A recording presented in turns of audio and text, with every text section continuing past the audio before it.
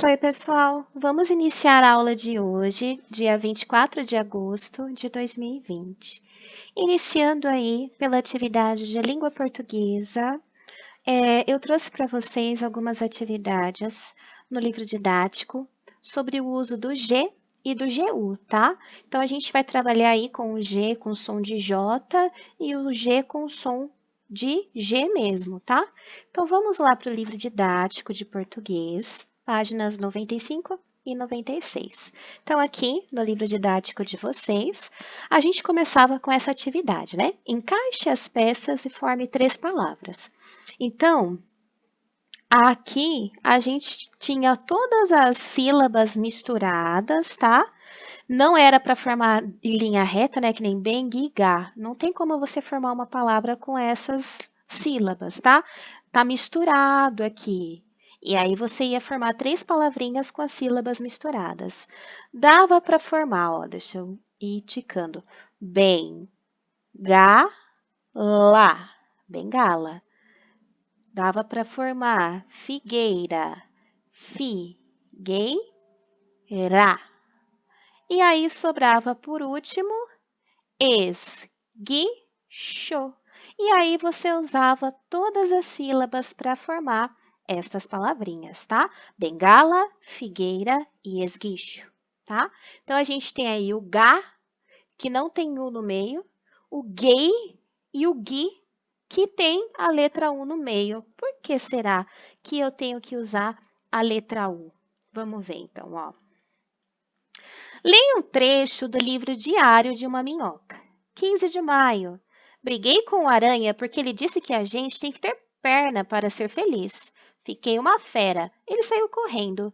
Não consegui pegá-lo. Vai ver que ele está certo. Então, pede para a gente ler em voz alta as palavras abaixo, tá?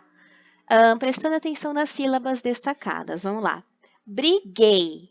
Gente. Pegar. Então, a perguntinha, ó. O G de gente representa o mesmo som do G de pegar? Não, né? Porque eles não têm aí o mesmo som. Gente, não é gente. A gente não fala gente. É gente, som de J, né? E pegar, não é pejar. Não tem som de J, tem som de G, né? O pegar. Ao escrever briguei, o que foi preciso acrescentar ao G para ele ter o mesmo som do G de pegar? A gente teve que colocar a letra U no meio da sílaba, não foi? Senão ia ficar brigei. Se a gente escrevesse sem a letra U, ó, vou até escrever aqui para vocês verem, ó. Brigei. Sem a letra U no meio aqui, que nem está na palavrinha de cima, fica com som de J, fica brigei em vez de briguei, tá? Então a palavra fica errada. Então a gente precisa acrescentar a letra U. O grupo GU chama-se dígrafo quando antes de E e I o U não é pronunciado. É o que acontece em foguete e guia. Nesses casos, o dígrafo GU representa o mesmo som que a letra G, que vem antes das vogais A, O e U, como em bagaço, amigo e agulha. Então, a gente precisa ter a noção que o G com A, G com U e G com U, eu não preciso colocar a letra U no meio para ficar com som de G, tá? Eu leio ga, go, gu. Se eu usar o G com E o G com I, sem o U no meio, eu leio com som de J, é G e G. Para eu ter o dígrafo, o que são dígrafos, tá? Dígrafos são duas letras ou mais que têm um som só, tá? No caso de G e GI, se eu quisesse som de G em vez de J, eu tenho que colocar a letra U no meio, senão fica G e G. Para ficar G e GI, eu tenho que colocar a letra E. Mas existem palavras em que o G e o U, ali na palavra, o U é pronunciado. Por exemplo, a palavra aguentar. Tá vendo que eu não falo aguentar, que nem foguete? Eu leio aguentar. Então, a letra U, ela é pronunciada. Então, não é um dígrafo, tá? Agora, na palavra foguete, eu não falo foguete, eu não falo guia, eu falo foguete, guia. Eu não pronuncio a letra U quando eu falo, no som, quando eu leio. Então, nesse caso, é um dígrafo, tá? Então, dígrafos são duas letras que possuem um som só. Em aguentar, GU não é dígrafo, tá? Então, vai depender aí da forma como eu leio a palavra, tá bom? Então, retomando, gagogu, se eu quiser já joju, eu tenho que usar a letra J, não G. G e G, se eu quiser G e Gui, eu tenho que pôr a letra U no meio, ok? Então, vamos lá. Para escrever, para falar e escrever melhor, complete o nome dos animais. Não é gualinha, né? É galinha. Então, GA. Bicho preguiça, não é preguiça, né? Tem que colocar o U no meio, preguiça. Canguru, GU. Caranguejo, não é caranguejo, né? Então, se eu tenho que colocar a letra U no meio do G aí, tá? Para ficar esse som de G, G, tá? Caranguejo. Gorila, G-O, né? E formiga, G-A. Leia a notícia e complete as palavras com G ou com o grupo GU. Então, vamos lá. A Prefeitura de Curitiba divulgou, G, na tarde desta sexta-feira, 18, que 3 papagaios do mangue, tá? Então, aqui é G e aqui é GU, para ficar mangue, não é mangue. Foram levados do zoológico, tem som de J, só o G, não é zoológico. É zoológico, tem som de J, então só põe o G sozinho. As aves formam uma família, sendo um casal reprodutor e um filhote. Os três ficavam em uma área restrita e não eram exibidos ao público. As aves sumiram durante a madrugada. Caso alguém tenha informações sobre as aves, pode fazer denúncia, tá? Então, aqui, G1. Em quais palavras o G e o grupo GU representam o mesmo som que o G de gato? Então, as palavras são divulgou, vou até fazer um risco embaixo, ó. Divulgou, papagaios, que nem o G de gato, né? Papagaios do mangue, né?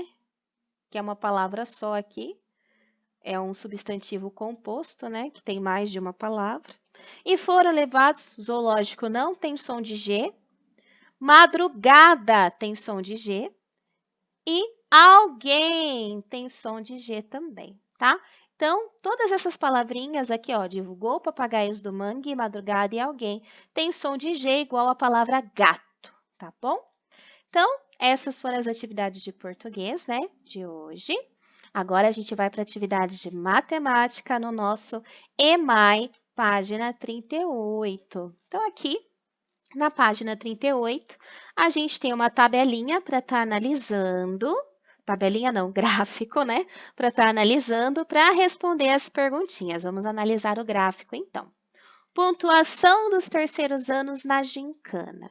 A gente tem aqui o terceiro A, né, que quase 180 pontos. O terceiro ano B, que passou de 180. O terceiro ano C, um pouquinho mais de 140. O terceiro ano D bateu 100 pontos. E o terceiro ano E, um pouco mais, quase aí 140, tá? Um pouco mais de 130.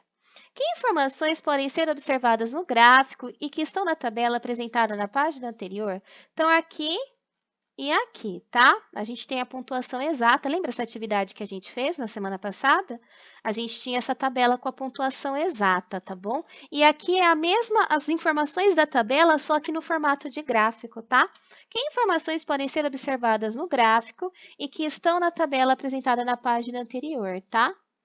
Então, podemos observar as pontuações das turmas, tá? É isso que as duas, tanto a tabela quanto o gráfico, estão apresentando. O que representam os números que aparecem ao lado esquerdo do gráfico? Então, aqui, ó, essa numeração representa o quê? A quantidade de pontos, né?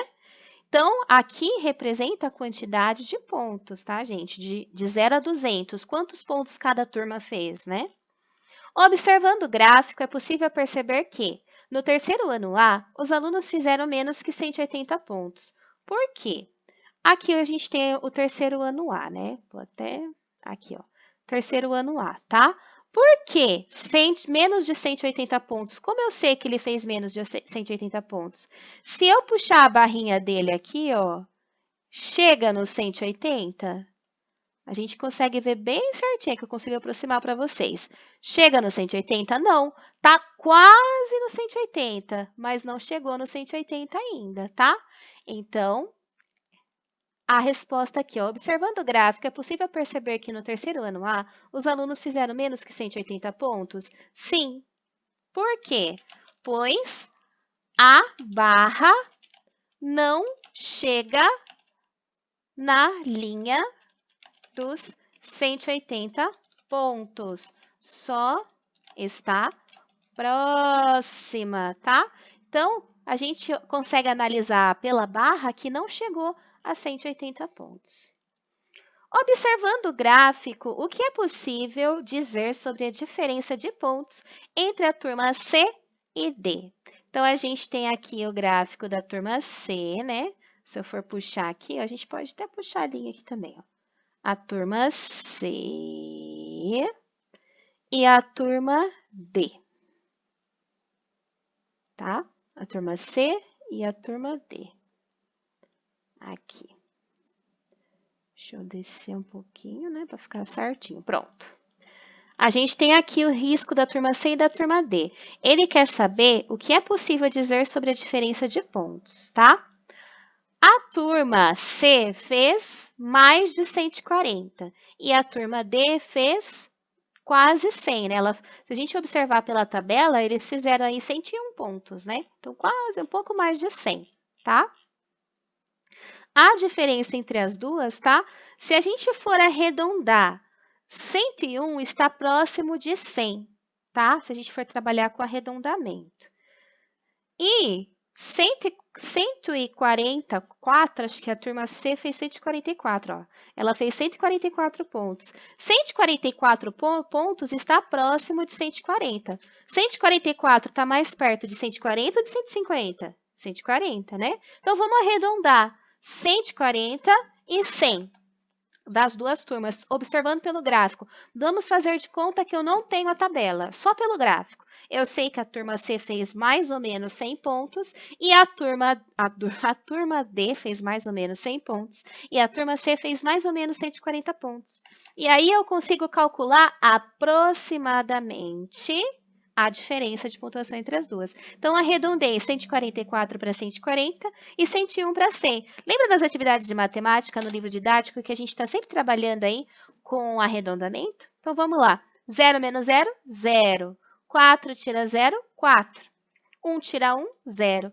Então, a diferença entre a turma C e a turma D é de aproximadamente 40 pontos. Quase. É exatamente 40 pontos? Não, é quase 40 pontos, tá? Então, observando o gráfico, o que é possível dizer sobre a diferença de pontos entre as turmas C e D? Observamos que a diferença é de aproximadamente 40 pontos, tá? Pelo gráfico, a diferença que a gente vê aí, então, do gráfico e da tabela é que a tabela me dá a pontuação exata. A turma D fez 101, a turma C fez 144. Pelo gráfico, eu não tenho a pontuação exata. Se eu usar só o gráfico para observar a diferença, eu vou ter que trabalhar com valores aproximados. Porque aqui, ó, eu sei que é um pouco mais de 140, mas está indicando para mim exatamente quanto é? Não. Então, você trabalha com valor aproximado. Quando você não tem o valor exato, você trabalha com valor aproximado. E é por isso que a gente observa no gráfico que a diferença é aproximadamente 40 pontos. Aqui, acho que não chegou a perguntar a diferença entre a turma C e D, né? Foi entre a D e a E. Mas se a gente fosse calcular exatamente 144 menos 101, tá? 144 menos 101, 4 tira 1, 3. 4 tira 0, 4. E 1 tira 1, 0. Dava 43 pontos de diferença exatos. Então, 40 pontos aproximadamente de diferença é bem próximo de 43, tá? Então, através do gráfico, a gente tem uma noção aproximada. Bem, pessoal, além das atividades regulares, tá? A gente tem aí do nosso currículo adaptado uma atividade de revisão, que foi passado só para os alunos que estão de reforço nesse momento, tá? E é uma atividade de sequência numérica para a gente retomar aí, tá bom? Então, é a atividade que vocês receberam impressa, tá? Somente os alunos de reforço, tá? Foi essa atividade aqui, onde vocês tinham que trabalhar a sequência numérica de 1 a 50. Então, a criança ela tinha que trabalhar aí, adicionando os números que estavam faltando. Então, como que eu vou ajudar a criança a fazer essa atividade? Através de perguntas, tá? O que que vem depois do 1? A criança ela tem lá que descobrir que é o 2. O que que vem depois do 2? O 3. O que vem depois do 3? O 4. O que vem depois do 4? O 5. Já está na sequência. E depois do 5 vem o 6. Depois do 6, o 7. Depois do 7, o 8. Depois do 8, 9. 9. Se a criança quiser ir contando com os dedinhos também pode, viu? Depois do 9, o 10. 11, 12. Depois do 12 vem que número? O 13.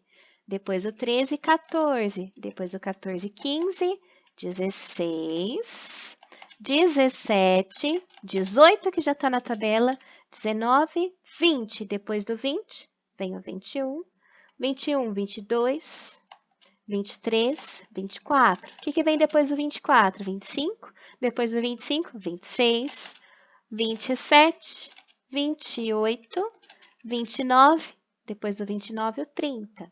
Depois do 30 vem o 31, o 32, depois o 33, 34, 35, 36, 37, 38, 39, 40. Depois do 40 vem o 41, depois o 42, 43, 44. Depois do 44 vem o 45, 46, 47, 48, 49, 50. Então, hoje a gente aprendeu aí a sequência numérica do 1 até o 50. Qual as coisas legais que dá para você reparar olhando esse quadro de números, tá? Primeira coisa, se você vê aqui, ó, todos os números dessa fileira terminam em 0. Dessa fileira, todos terminam em 9. Dessa fileira, todos terminam em 8. Então, a gente vai vendo, né, como que a sequência numérica se dá. Depois do 10, eu tiro 0, tá? É como se eu tivesse assim, ó, o 10. Para eu formar o número 11, tá? Eu tenho que apagar o 0 e colocar o 1 no lugar dele. Por quê? Todos os números até o 99 vão ter 2 algarismos. O que são 2 algarismos? 2 números, um em cada posição, tá? 2 símbolos, tá? Então, aqui eu tenho a casa das dezenas e a casa das unidades, tá? Você não pode adicionar uma terceira casinha. Eu não vou fazer o número 11 assim, ó, que nem esse é o 10, eu vou colocar o 1 na frente, porque esse não é o 11, esse é o 101, tá? Então, para você formar o número de acordo com o valor posicional dele, você vai substituir o 0 do 10 pelo 1 para formar o número 11. Mesma coisa, o 12, o 13, o 14, o 15, até o número 50, que foi aí a nossa sequência numérica de hoje, tá bom? Então, qualquer dúvida, então, é só mandar para mim. Essas foram as atividades de hoje, tanto do currículo regular quanto do adaptado. Qualquer coisa, então, é só mandar para mim. Um beijo, tchau!